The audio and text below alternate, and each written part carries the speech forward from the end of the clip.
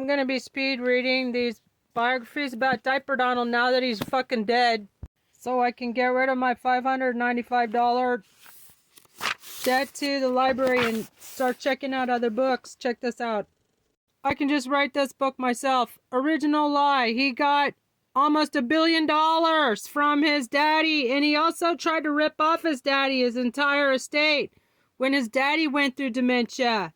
Then Charity Dog House. He ripped off every single possible ethnic group with his charities and can't do business in New York anymore, or as well as his fan books. That's how he got money laundered all those billions of dollars with the Russian mob and bankrupted casinos, collecting tribute. Whenever people stay in America, like when he was president, he collects tribute from them. They have to stay at his properties. Duh, it's called Emoluments Clause. Conflicts of interest, up the butt, tax scam.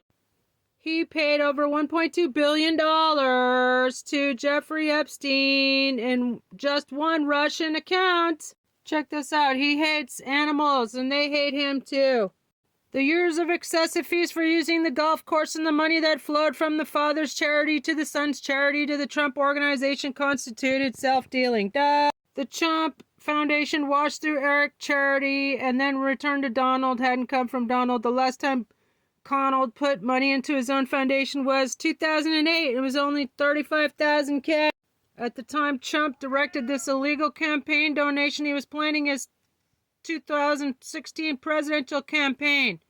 Then New York Attorney General alleged that Trump University was a scam, and Schneiderman said that for 3 years Trump kept filing baseless charges and fruitless appeals and refusing to settle for even modest amounts of compensation for the victims of his phony university.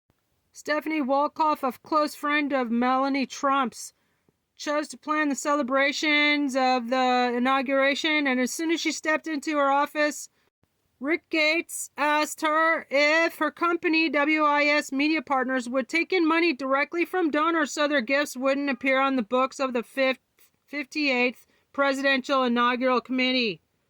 Then it clicked. Gates was trying to hide the identity of donors and perhaps the money itself.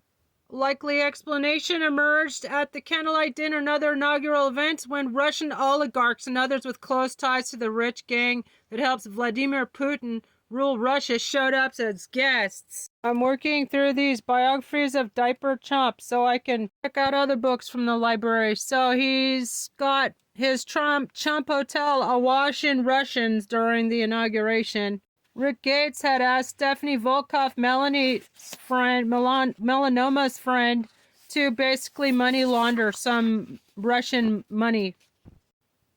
They said there was falsification of ticket purchase records. Katherine Johnston said she didn't make a $25,000 donation, and there were at least 4 donations attributed to people who don't exist in Singapore.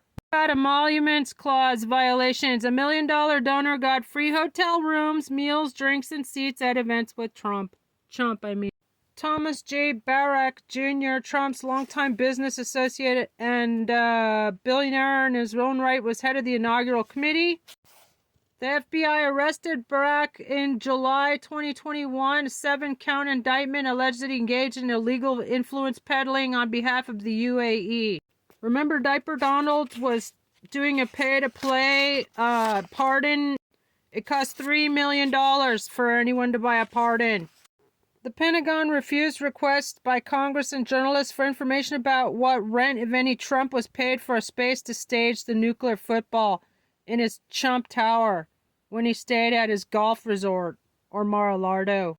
Johnston says that the courts have never resolved the issue of the Foreign Emoluments Clause covering corporations, but it does.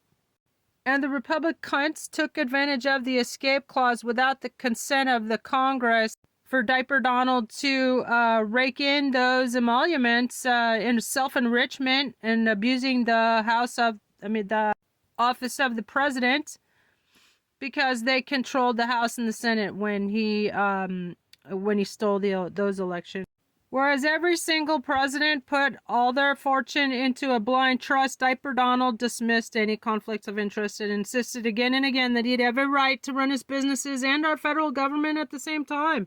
What a fucking scam. He had $11 million worth of chump-branded projects in India when he hosted a bunch of criminals from India.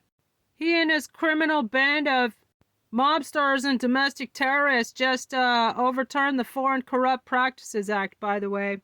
Follow for more biographies of our dead president.